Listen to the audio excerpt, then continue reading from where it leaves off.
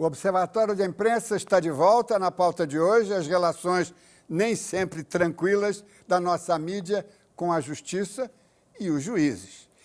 Doutor Ofir Cavalcante, como é que fica a questão? Nós vamos, então, a questão vai ser julgada, o ato de inconstitucionalidade impetrado pela AMB vai ser julgado em algum momento? Como é que vai ser? Nós vamos recuar, vamos retroceder num avanço democrático tão difícil, não é? Como é que vai ficar essa questão? Bem, Diniz, isso efetivamente é uma quebra de braço.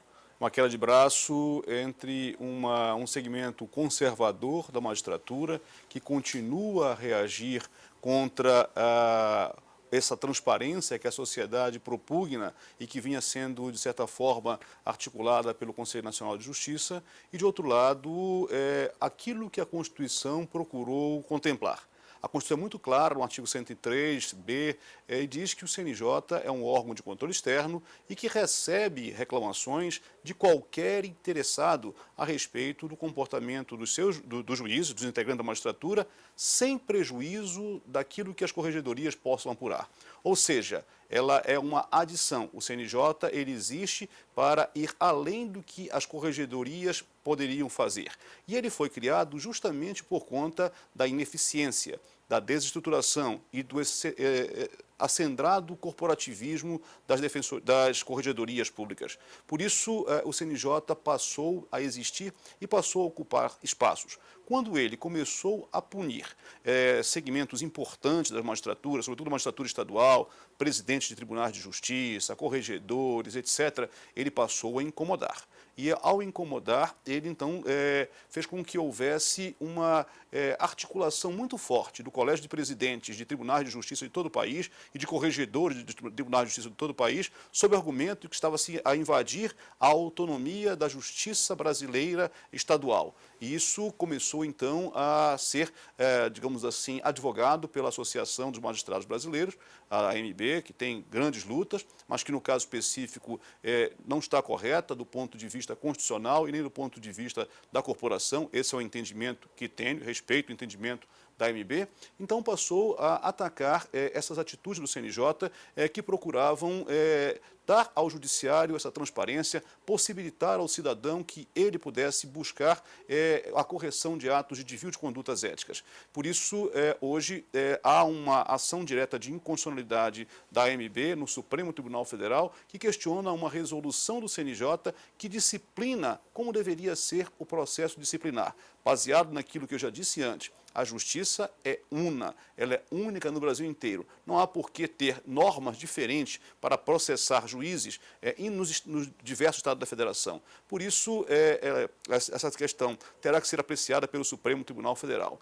Aquilo que está se dizendo, como pelo menos foi divulgado por um grande jornal hoje no Brasil, como uma solução. Estipula-se um prazo para as corregedorias, para que elas apurem, já está contemplado na própria lei. Na própria resolução que está sendo atacada. Não há nenhuma novidade nessa inovação. Agora, o que se quer efetivamente é dizer, só se pode apurar depois que esgotar esse prazo, se não tiver sido feito nada. Ora, a gente sabe como é que pode fazer uma investigação. Ela pode ser extremamente dura ou ela pode ser bastante flexível para absolver. É necessário que o CNJ possa ter essa possibilidade, com o seu bisturi cirúrgico, corrigir essas distorções, sobretudo quando, como temos vários tribunais do Brasil, há um envolvimento da alta cúpula do tribunal. Isso é algo que precisa de uma correção. O Supremo Tribunal Federal vai interpretar, modular provavelmente essa norma. Agora, efetivamente, se o fizer, retirando do CNJ essa possibilidade de originariamente analisar os casos de desvios éticos e disciplinares, certamente vai estar ferindo de morte esse conselho que vai ter restringido os seus poderes, deveres, no sentido de defender a justiça brasileira. Maurício Azedo, essa combinação dessas duas siglas maravilhosas, ABI e OAB, isso nos remete a outras cruzadas maravilhosas também, que tiveram, na ocasião, apoio de uma outra entidade, a CNBB, que agora, através da Comissão Justiça e Paz, também está participando disso. Mas você vê a possibilidade de se levar esse problema para a sociedade, de não ficar assim confinada aos escaninhos dos tribunais ou nas conversas todas elas em juridiquês. Quer dizer, é possível que a sociedade brasileira, que está querendo dar uma virada, é possível que esse caso possa ser, digamos, o gancho para que a ABI, OAB e outras entidades, juízes para a democracia, queiram tocar isso com empenho para que não se volte mais atrás nos avanços democráticos. Nós acreditamos que sim, Diniz, porque na medida em que os meios de comunicação martelarem esse assunto, isso vai impregnar o conjunto da sociedade de um dever de mobilização em torno de uma questão em que a sociedade tem uma opinião firmada.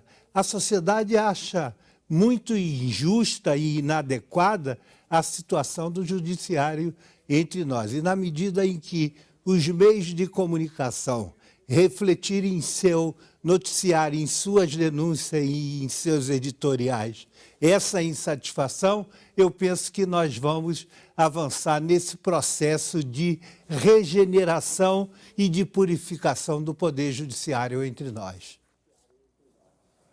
João Bosco Rabelo, eu já levantei essa questão em outros programas sobre a questão da censura ao Estadão. E o que chama a atenção é o seguinte, é que o Estadão está sozinho. Quer dizer, se a mídia toda, que tantas vezes ela se junta em uníssono para defender posições até que não são tão...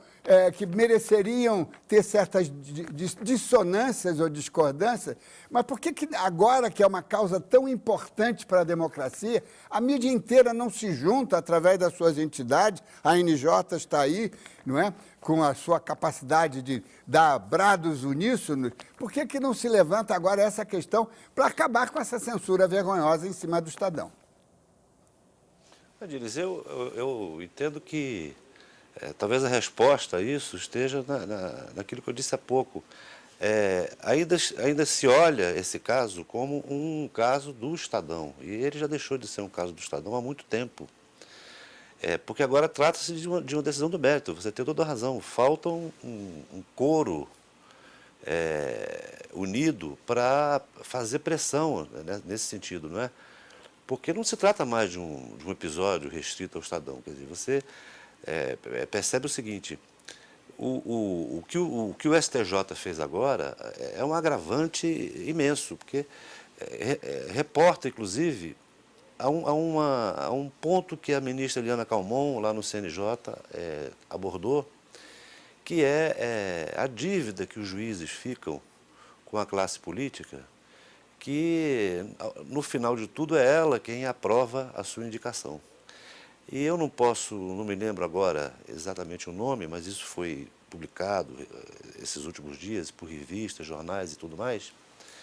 Um dos ministros que participou da sessão do STJ, que eliminou as provas da Polícia Federal contra o empresário Fernando Sarney, é um ministro recente no tribunal, recentíssimo, e o seu nome foi aprovado no Senado sob um patrocínio explícito do presidente José Sarney. Quer dizer, você vê que há aí uma vinculação política que a ministra Eliana apontou muito bem, que acaba formando uma teia que conspira contra essa liberdade de imprensa. Então, o caso do Estadão, eu insisto, o próprio Fernando Sarney, quando lhe foi conveniente, ou seja, muitos meses, acho que quase um ano depois, ele renunciou à causa, desistiu da causa. E para que essa causa deixasse de existir como ele desejava, era preciso que o jornal concordasse, a outra parte concordasse judicialmente em pôr fim à ação.